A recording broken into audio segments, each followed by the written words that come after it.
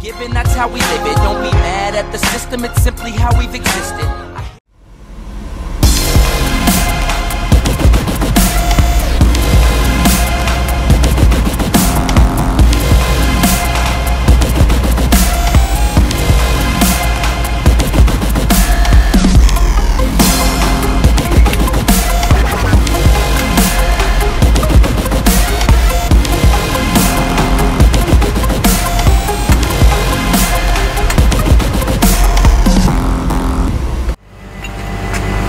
Alright, so I noticed that, actually I noticed a while back that I'm missing a band. Alright, it broke off and there's only one band on here. Notice how it has slidden down from the top. The hose has, alright? And it's wobbling all over the place. So what I need to do is shimmy that up. And I got these hose clamps right here. And I'm going to put the right one on and get that retightened down, because it looked like this was going to come straight off, and with all the force coming through here, it would have been a complete and total disaster, okay? So I got to shimmy that up, put the new hose clamp on, tighten it down, and then Alright, so when I began to do the repair, I also here have a leaky valve back there. That valve right there, when the tank is pressurized, powder still seeps through because that valve is not closing all the way, preventing powder from coming out of the tank when pressure is applied to the tank. Therefore, I had to release all the pressure out of the tank so powder would not go through the damaged valve anymore into that pipe right there.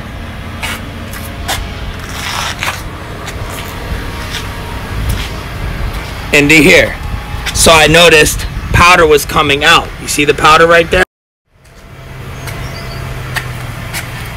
Alright, so I got a hose clamp on.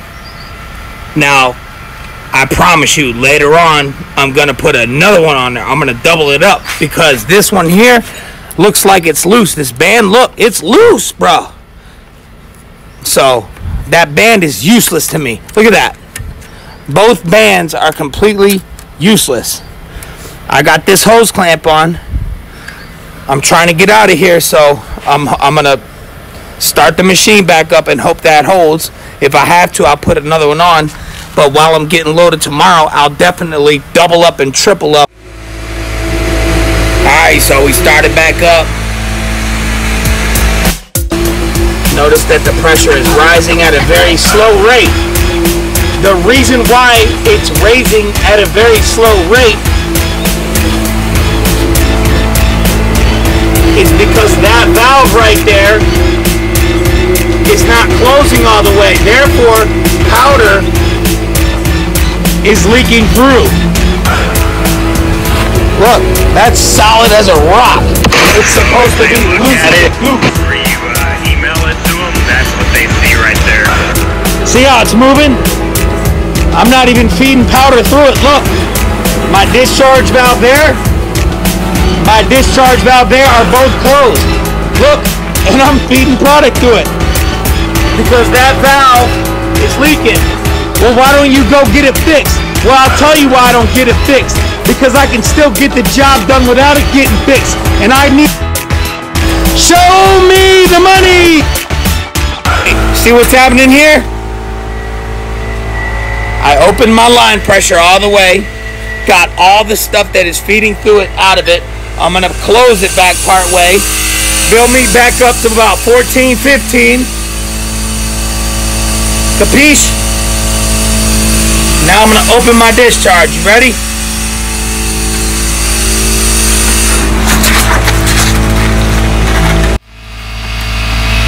But like I said in my first couple videos, man, about bulking, bro, you really got to be on top of stuff because you're literally operating a bomb that can blow up. And if the tanks don't blow up, your hoses can come off. And if your hoses come off, you got cement powder everywhere. Any which way you look at it, you're looking at a disaster. Let me show you something else. You see these straps right here?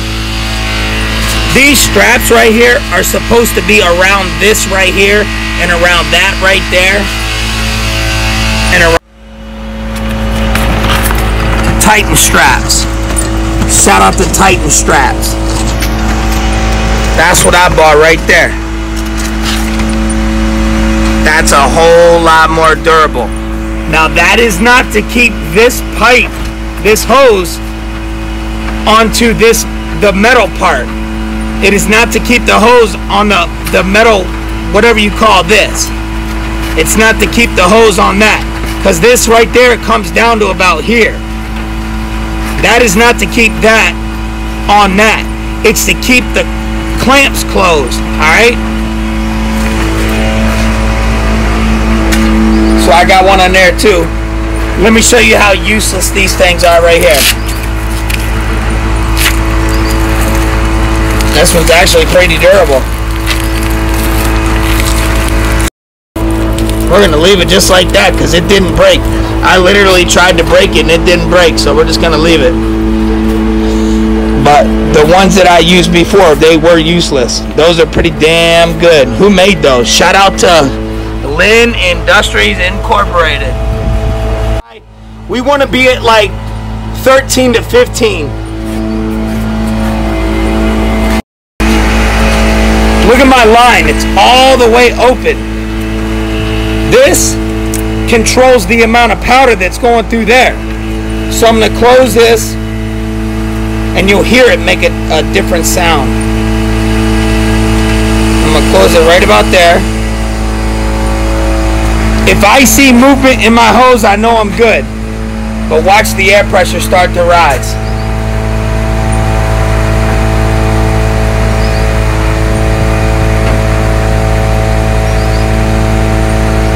Alright, it's going low. What the hell, man? Close it a little more. Oh, it's getting empty. You hear that noise? That noise is a sign that you're getting empty.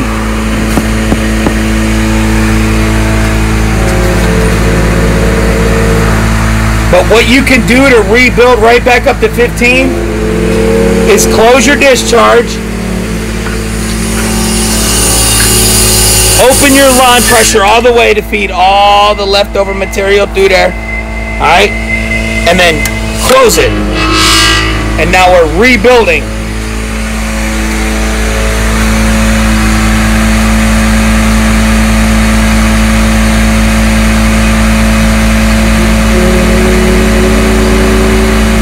Now I'm not going to go too high because of the issues with their pipe that I'm blowing into.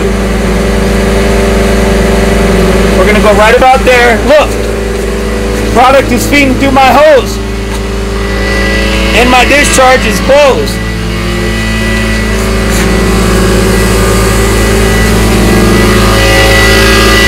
I'm going to open this all the way.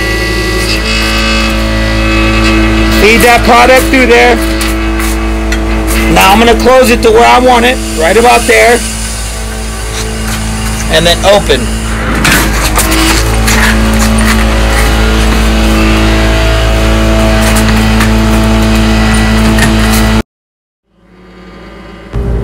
Alright, so what I'm doing now is the final process.